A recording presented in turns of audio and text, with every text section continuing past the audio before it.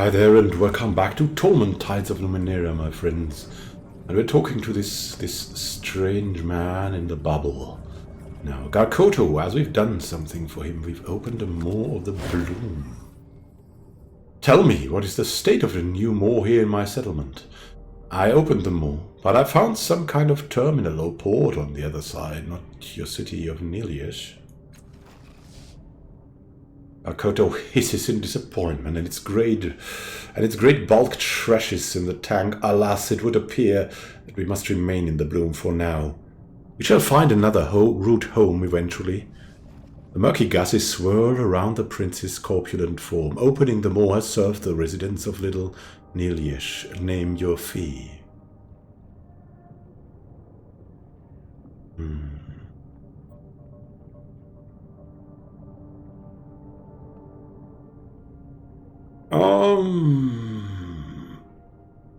Let's free Herja. She's a little bit odd, but we don't like to see people caught.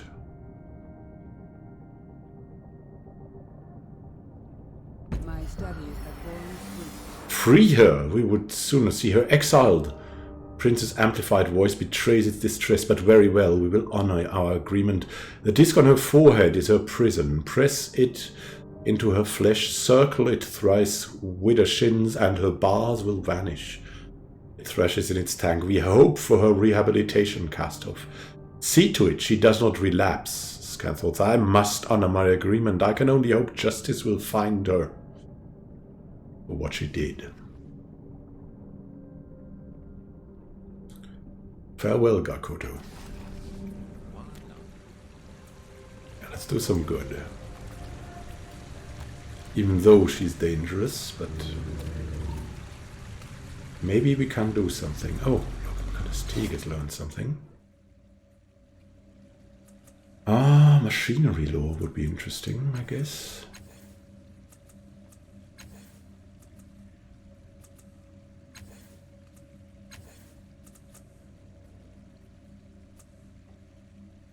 That could be good. Flash also. Let's go for... oh, we can only learn extra effort. Then let's learn extra effort. With concentration increase and enhanced esoteries. While phased Callistix esoteries can be cast one step further in range than normal. And any fettles applied by them last +2 rounds. So we get to do that.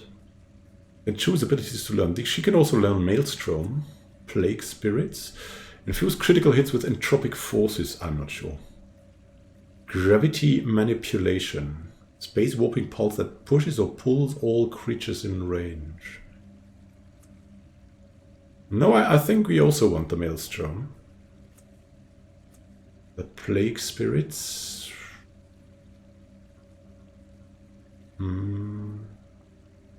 Why not get that? I'm not really convinced by Gravity Manipulation. So here we go. That's what we've learned.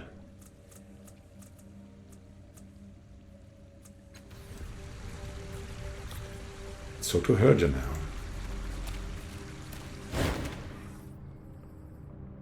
Back again so soon, her smile doesn't reach her highs. Have you come to free poor Herja from her cage?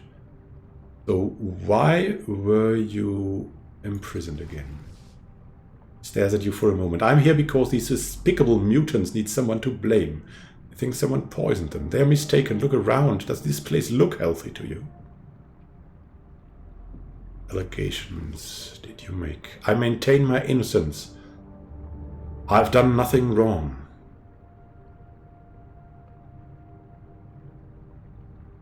I don't think you're telling me everything. The mutants must have some reason to be suspicious of you. Go to 85, but... yeah. Let's Tybia do that. Maybe he can flirt with her. Let's go. Yes. He studies you carefully, weighing your words against some internal barometer. At last she says, yes, it is true that I poisoned their water. I could not enter Niliash itself, but I had heard of this bastard offshoot of their clan. I wanted to slay one of the Fahad. I took the journey from the Steadfast under considerable peril, and I brought death with me. And thoughts, they are not human. They are not. Surely I did right by my people. Making a note. This is the first time that I've tried something like this. I do not regret what I did. The mutant prince wishes to see me show remorse, but he will not have the satisfaction.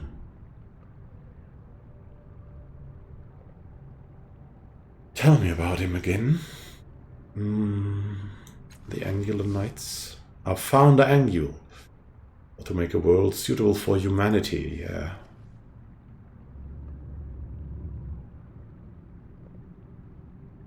I don't know. I mean, they are warned now. We're going to free you. You press the disc into her skin and she draws back from you, backing into the wall of the imaginary cage behind her. When she has nowhere else to go, she presses herself against, as if steeling herself against pain. You turn the disc 3 times counterclockwise, and it falls off her head into your hand. Herja staggers backward as the cage disappears, landing on a ramp. This disc held Herja captive inside a psychic cage, now inert. It looks like a flat circle of metal. You do not know how to reactivate it, but it might be valuable to a merchant. She raises her hands to her head in disbelief. It's gone? It's gone!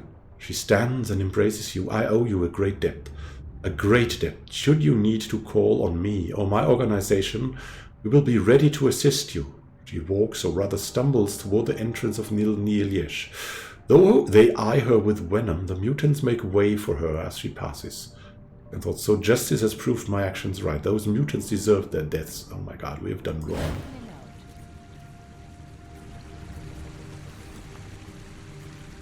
Now the mutants hate us. Oh god. Well, but we have one more friend. I hope we can do something to make up for this. Talk to all the mutants again, maybe we can find something. So Herja lives. Let us hope that she understands the magnitude of her actions. In time she may learn something of compassion. But such is not my experience. Farewell, Gar'Koto. Some strange strangled sound comes from the grill at the front of the deck. Before you go, what became of the device that bound Herja to her prison? And thoughts, do not lie to me, human. Well, I have it. Let me return it. My thanks, friend. It has served me well for years. May you achieve your goals this day. Let's talk to Delny again. With the glamour removed from her, you can see Delny for who she truly is. A young mutant woman, slender, a light blue skin accentuated by her bright pink hair. Her features are still sharp, but she still has the softness of youth about her. Her voice is light but sincere. Thank you for freeing me of Rang's influence. His mind was... shivers. This is like waking from a nightmare. Blinks, clearing her eyes. What can I do for you? Oh, nothing much, but good to hear that you're better.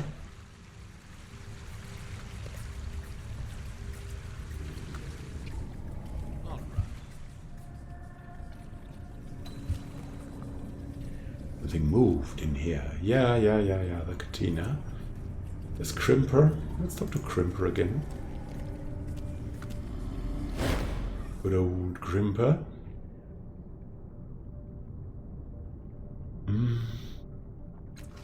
But the songbox might be valuable to someone. Yeah, we could buy it from you, but okay. And to Ein Tozon, the man with the maw. Eintozan doesn't welcome you with his rolling golden words this time. He merely nods in greeting. Still a touch of that hypnotic calm rolls over you.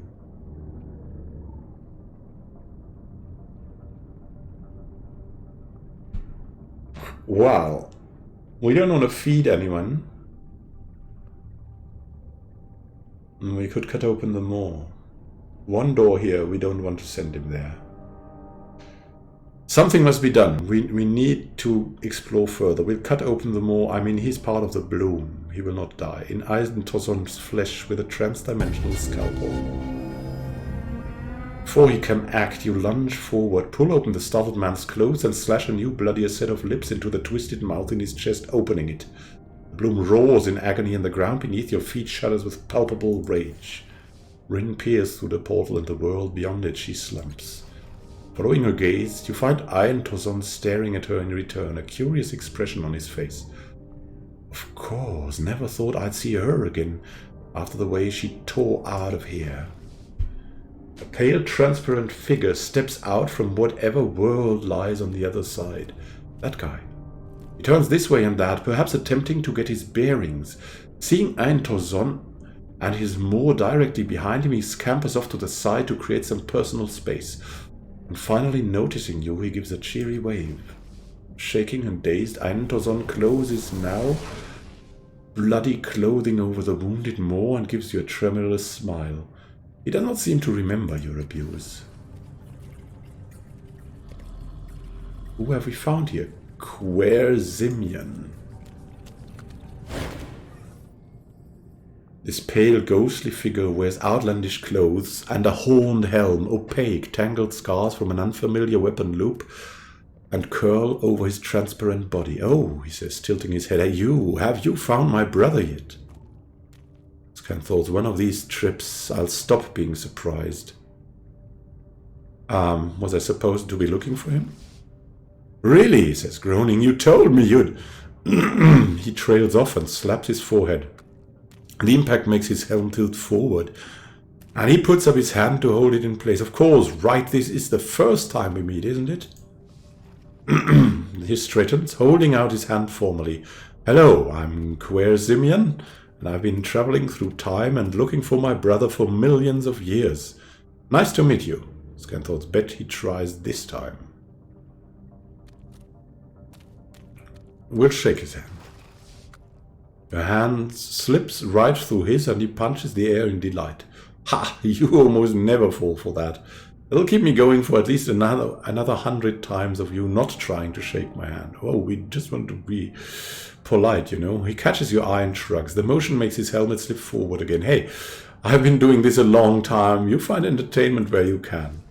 At any rate, let me know if you see my brother, huh? You came out of that maw. Are you connected to the bloom? To the what? He looks around. Oh, no, I'm not. I just sort of, well, let's call it swim between places, following currents, you know. Someone pulled the plug, and here I am. How many times have we spoken? Good question, he says, consulting an invisible mental list just above your head. Thousands, I'd say. Always a pleasure, mind you. Though I don't know why we keep running into each other, I don't see anyone else more than once. He squints. If I had to guess, it's your relationship with the tides. But I don't mind. It's nice seeing a familiar face. Scan thought she's probably the closest thing to a friend I have. And what are those scars from? They look horrible. Scars, he says, looking down. Oh, those look painful. No idea. I have to say I'm glad I don't remember, though. Are you a ghost, or what are you? I like to think so, he says, shrugging. But I don't really remember dying, just traveling and searching. And you'd think this helmet wouldn't keep moving around if I was, you know, spectral. Flashes a grin. On the other hand, I seem to remember promising my brother I'd haunt him when I died, so that's some evidence for the other side.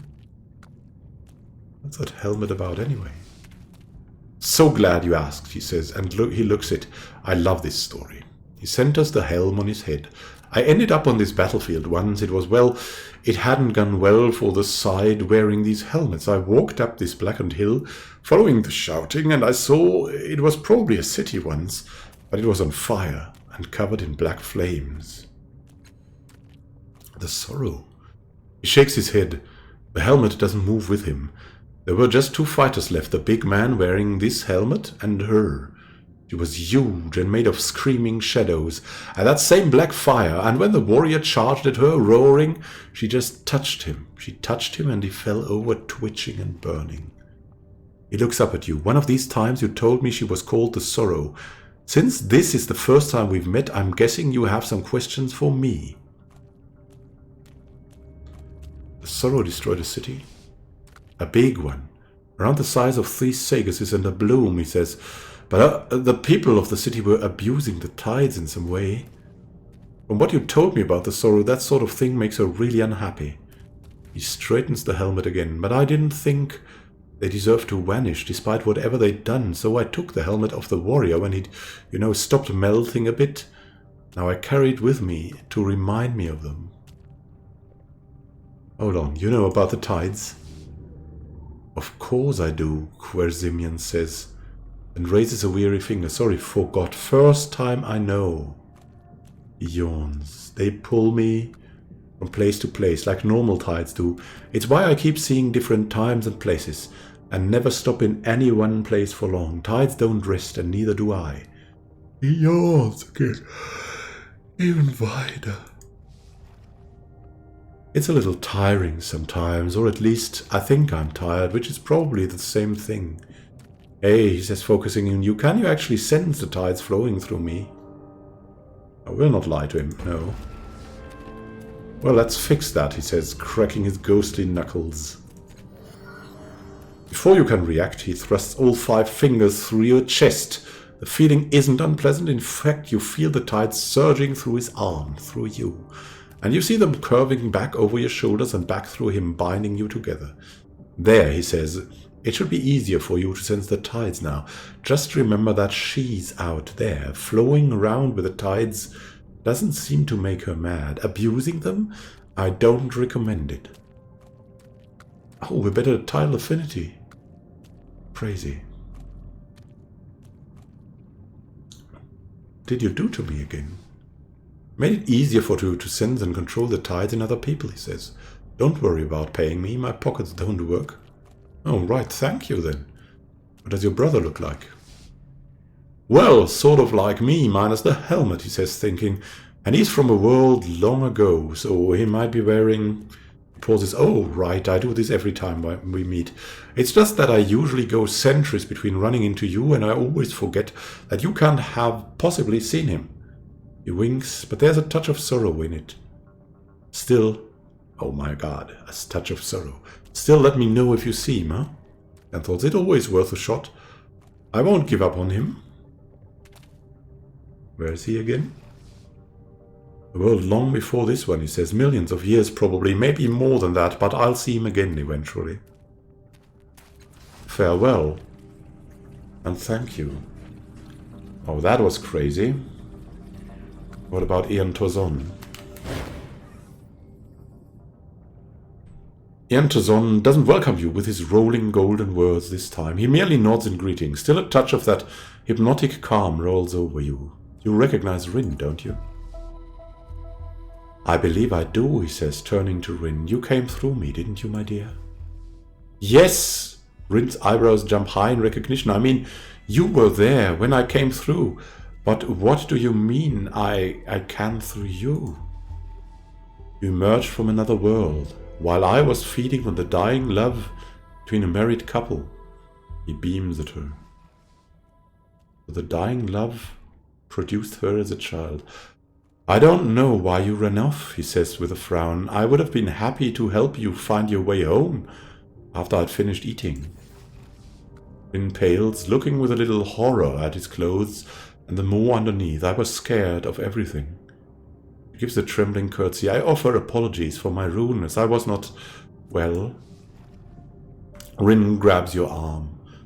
He's obviously trying to control her emotions, but she bounces on the balls of her feet, and the corners of her mouth curl and uncurl in an irrepressible grin. This is it, she whispers. My way home. We'll turn to him. What do I need to send Rin home? My maw does not open whenever I will it, he says, patting his chest fondly. It requires sustenance. The bands of love and hate that bind us. Bring me someone who feels strongly for you, and we will secure a path home for the little one.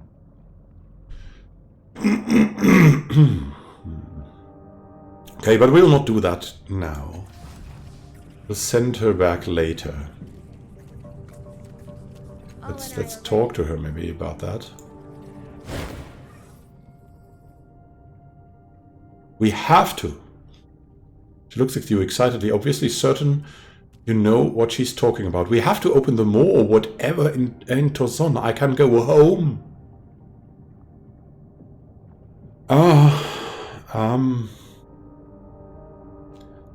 Alright, good to know that. Right, shivers. Well, we'll experiment with that in the next episode. Thank you for watching and happy gaming to you.